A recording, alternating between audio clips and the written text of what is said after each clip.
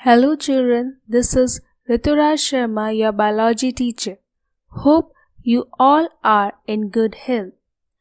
This presentation is a second part of Chapter 1 Plant Tissue. In this part, we will be studying about types of permanent tissue. Children, in the first part of this chapter presentation, we have studied that permanent tissues are made up of completely dead cells, but they are adapted to perform some special functions in plant. So, on the basis of their function, permanent tissues can be classified into two main types: simple permanent tissue and complex permanent tissue. Simple permanent tissues, they provide support and protection, whereas complex permanent tissues, they help in conduction of nutrients and water in the plant. The first is simple permanent tissues. These tissues are composed of similar type of mature cells which perform similar functions. As the name suggests, simple permanent tissues are the tissues which consist of only one type of cells.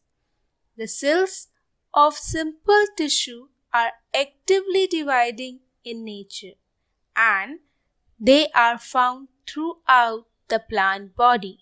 This means they comprises the bulk of the plant body.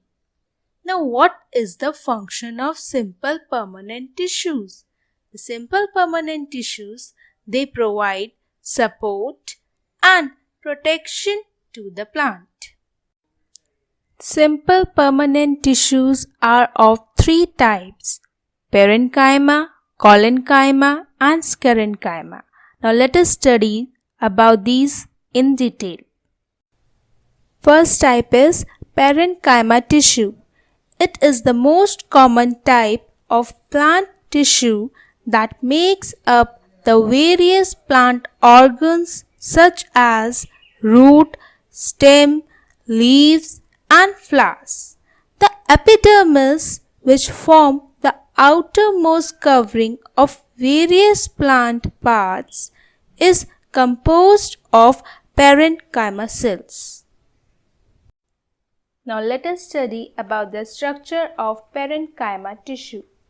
The parenchyma tissue is made up of thin-walled living cells.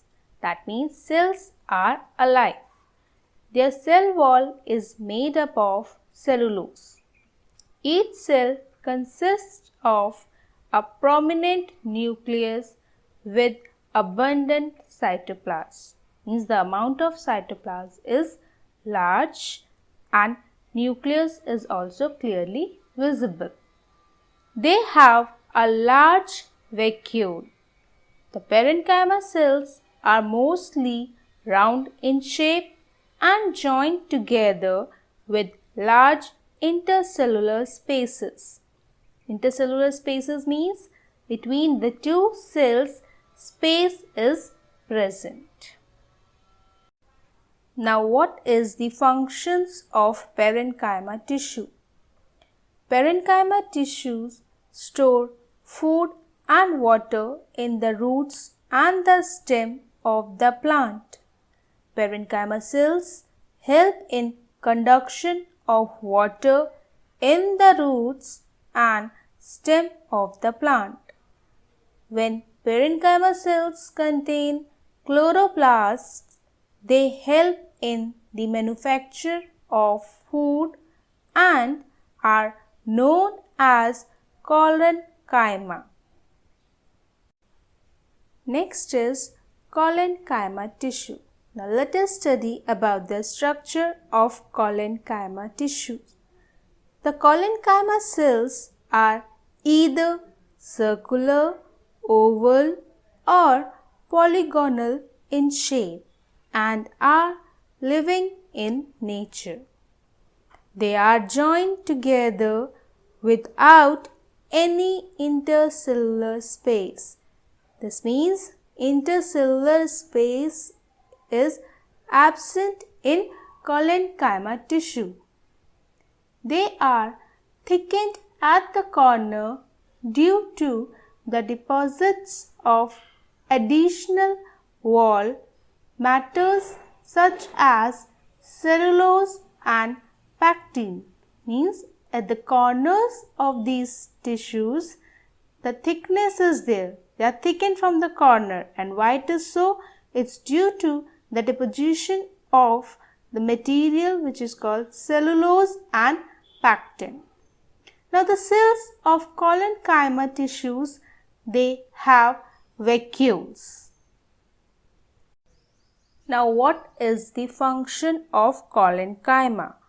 Collenchyma cells provide mechanical strength and support to the growing parts of the plant. Collenchyma cells also provide flexibility. This is due to the accumulated cellulose and pectin in some regions of the cell wall make them unequally thick. Sometimes Collenchyma cells store food prepared by the plant. Now where the Collenchyma tissues located? Cells of the Collenchyma tissues are found in the form of bands in dicot stems, petioles of leaves and flower stalks. They have a strong resemblance with the Parenchyma cells. Okay. Now the third type of simple permanent tissue is Sclerenchyma. Now the structure of Sclerenchyma is the mature Sclerenchyma cells do not have living protoplasm and are usually dead. Means cells are dead. There is no intercellular spaces present between the cells. Their cell walls are thickened due to lignin deposit. Simple pits are present in the walls of Sclerenchyma cells.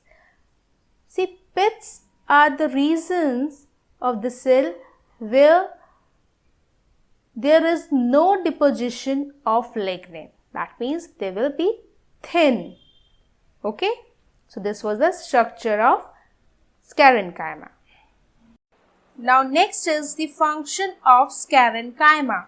Sclerenchyma are mechanical in nature, thus provide rigidity and toughness to different parts of the plant. The cell walls of Sclerenchyma have lignin deposit in them, and a lignin is a hard substance with great tensile strength. Means it does not break easily on stretching, and it makes the cell wall impermeable. So, important substances are unable to pass through it. Next is the location of Sclerenchyma. Sclerenchyma tissues are found in the hard outer covering of nuts and seeds. They also found in stems and veins of the leaves. Now next category of permanent tissues are complex permanent tissues. Now what are complex permanent tissues?